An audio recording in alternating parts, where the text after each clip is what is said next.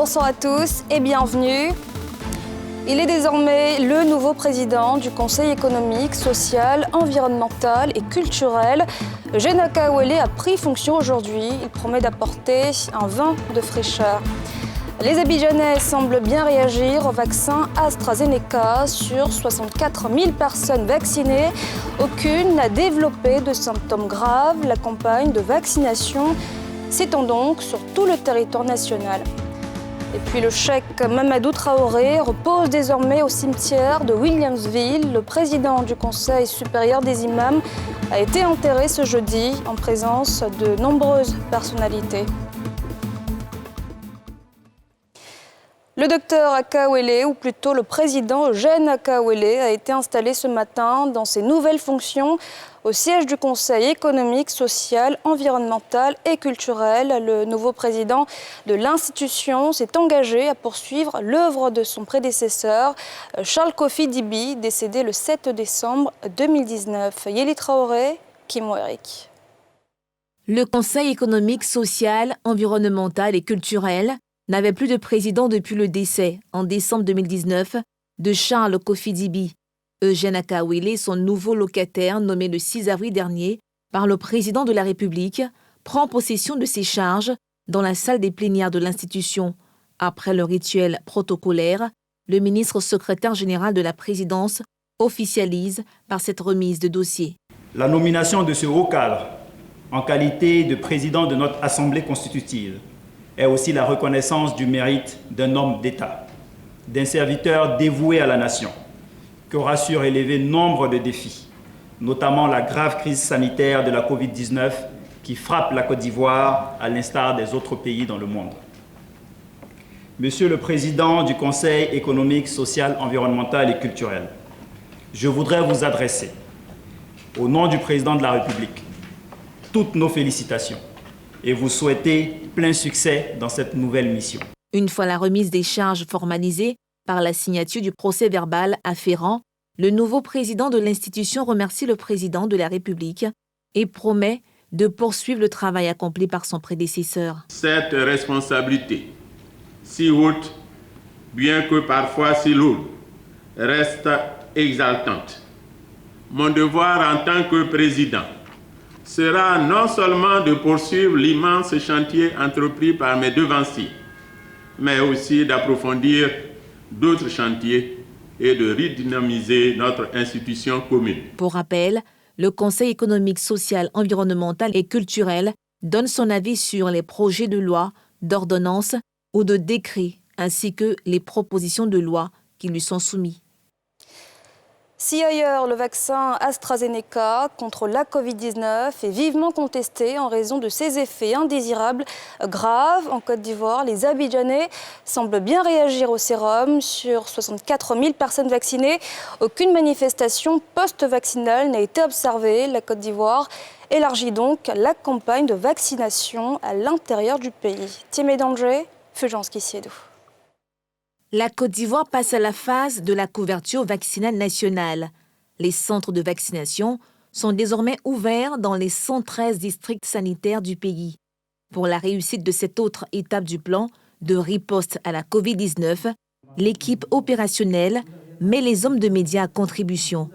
Objectif, rassurer les populations sur la fiabilité du vaccin utilisé dans le pays et les mobiliser pour une totale adhésion. Ce vaccin AstraZeneca ne présente aucun risque. Nous faisons le suivi du profil de sécurité de ce vaccin et chaque jour, toute personne vaccinée qui présente des signes comme des céphalées, comme des douleurs au point d'injection, qui sont des signes que nous constatons dans toutes les vaccinations, même avec les vaccins de routine, ces signes-là sont recensés, notifiés et mis dans une base de données qui est partagée de façon régulière avec l'Organisation mondiale de la santé. Nous avons 222 cas de MAPI. Les MAPI, c'est les manifestations post-vaccinales indésirables. Nous avons 222 cas, mais ces 222 cas sont des cas non graves. Il y a 0 cas de MAPI grave à ce jour. Il n'y a pas eu de cas de thrombose, en tout cas à l'heure actuelle, dans notre base de données. L'unité de suivi fait savoir, par ailleurs, que la surveillance vaccinale continuera d'être renforcée. Ce, pour détecter rapidement tout risque sanitaire et activer la riposte appropriée. Il y a aussi des études qui sont prévues ici sur l'immunogénicité. C'est-à-dire que ceux qui ont fait la vaccination, quel est le niveau, le titre d'anticorps qu'ils ont? Ce qui est important, c'est le profil de sécurité du vaccin. Il est bon, donc il faut pouvoir continuer sereinement parce que les dispositions que nous avons prises sont bonnes. Notons que pour la phase pilote, le premier centre a ouvert ses portes dans la commune de Trècheville le 1er mars dernier. Depuis lors, à ce jour, Abidjan dispose de 61 sites fonctionnels. 4 jours avant, soit le 26 février, le pays réceptionnait les 504 000 premières doses de vaccin AstraZeneca pour lancer sa campagne de vaccination contre la Covid-19. Et puis ce jeudi, le Bureau international du travail révèle l'impact de la Covid-19 sur les travailleurs du secteur informel vivant avec le VIH-Sida en Côte d'Ivoire. Selon le rapport du BIT, la crise sanitaire a eu des conséquences désastreuses sur ces travailleurs déjà en situation de vulnérabilité. Nadjaïja, Mathieu Mbadé. La pandémie de la Covid-19 a ébranlé le monde entier aussi bien sur le plan social qu'économique. Parmi les victimes oubliées de cette crise sanitaire, les travailleurs de l'informel vivant avec le VIH-Sida, déjà considérés comme vulnérables par l'Organisation du travail. Malheureusement, la Covid-19 a vraiment eu un impact pluriel sur cette population. Ça a participé à la fragilisation de cette population sur le plan sanitaire, sur le plan socio-économique, sur le plan psychologique notamment. Pour venir à bout du VIH-Sida en période de Covid-19 et continuer le développement du pays, il faut mener une lutte simultanée contre les deux virus. Ce qui est important, c'est vraiment de réinsister sur le fait que c'est le même combat et que de plus en plus, il nous faut des systèmes de santé résilients face aux épidémies multiples. Parce qu'on rentre un peu dans une nouvelle phase, je dirais, où de plus en plus, on va être confronté à plusieurs épidémies à la fois et il faut les gérer.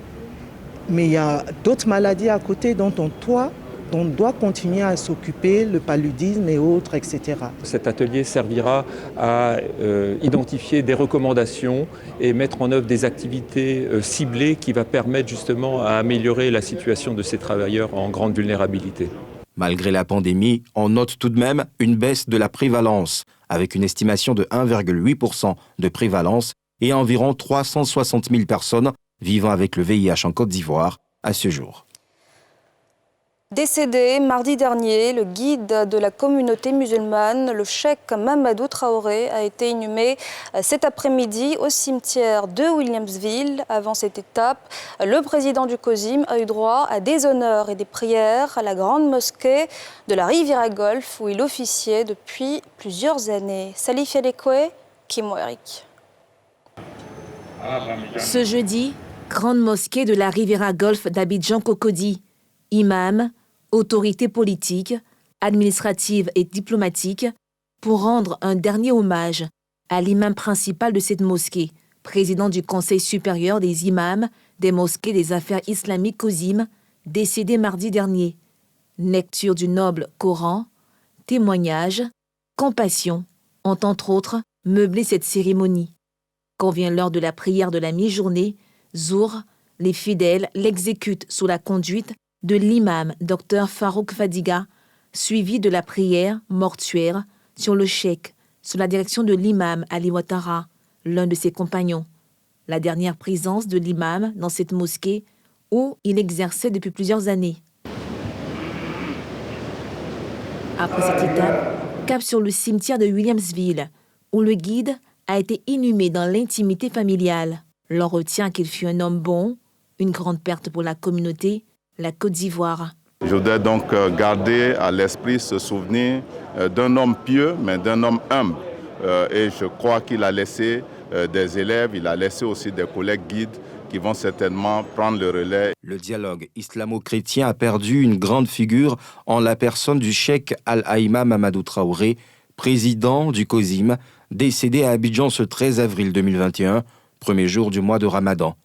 La mort de cette figure religieuse exceptionnelle de notre temps marque profondément les catholiques ainsi que tous les croyants qui se reconnaissent dans les valeurs de fraternité humaine, et d'amitié sociale dont parle le pape François dans sa lettre encyclique Fratelli Tutti, tous frères.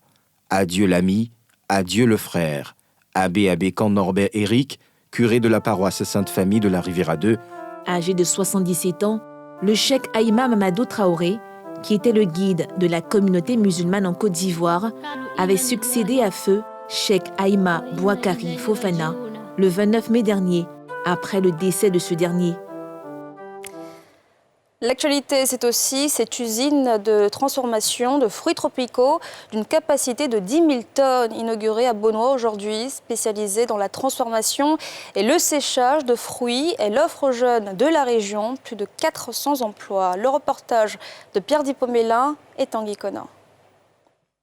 La transformation locale des produits agricoles, promue par le gouvernement ivoirien, est une réalité à Beaunois, où une usine donne de la valeur ajoutée à la mangue, l'ananas, la noix de coco, la papaye, fruit de la coopération ivoiro-suisse. L'ouverture de cette usine crée dans la foulée 450 nouveaux emplois directs et représente une source importante de revenus pour un grand nombre d'agriculteurs. Depuis 2011, le président Alassane Ouattara a mis le cap sur la transformation structurelle de l'économie à travers l'industrialisation.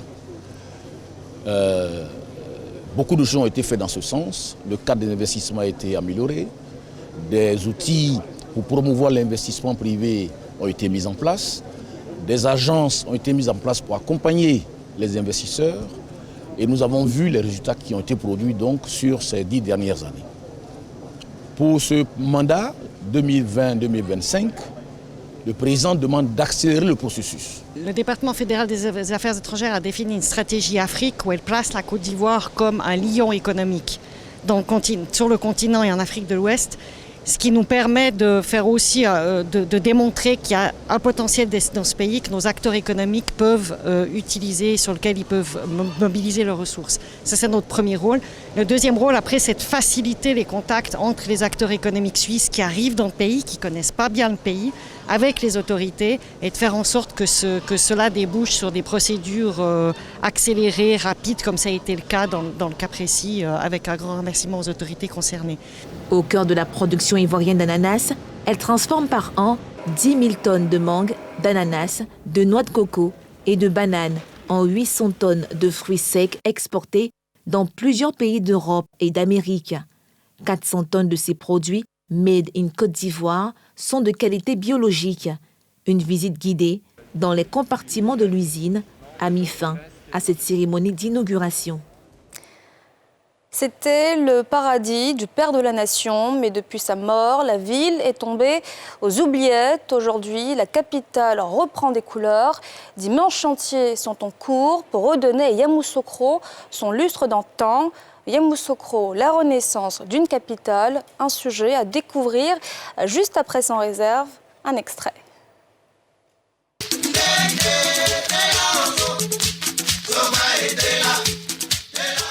Dans cette volonté de renaissance et pour rendre la capitale plus attractive, Yamoussoukro a bénéficié d'un stade omnisport de 20 073 places à la faveur de la prochaine Coupe d'Afrique des Nations de football en 2023 en Côte d'Ivoire. Le gros œuvre, il est déjà terminé.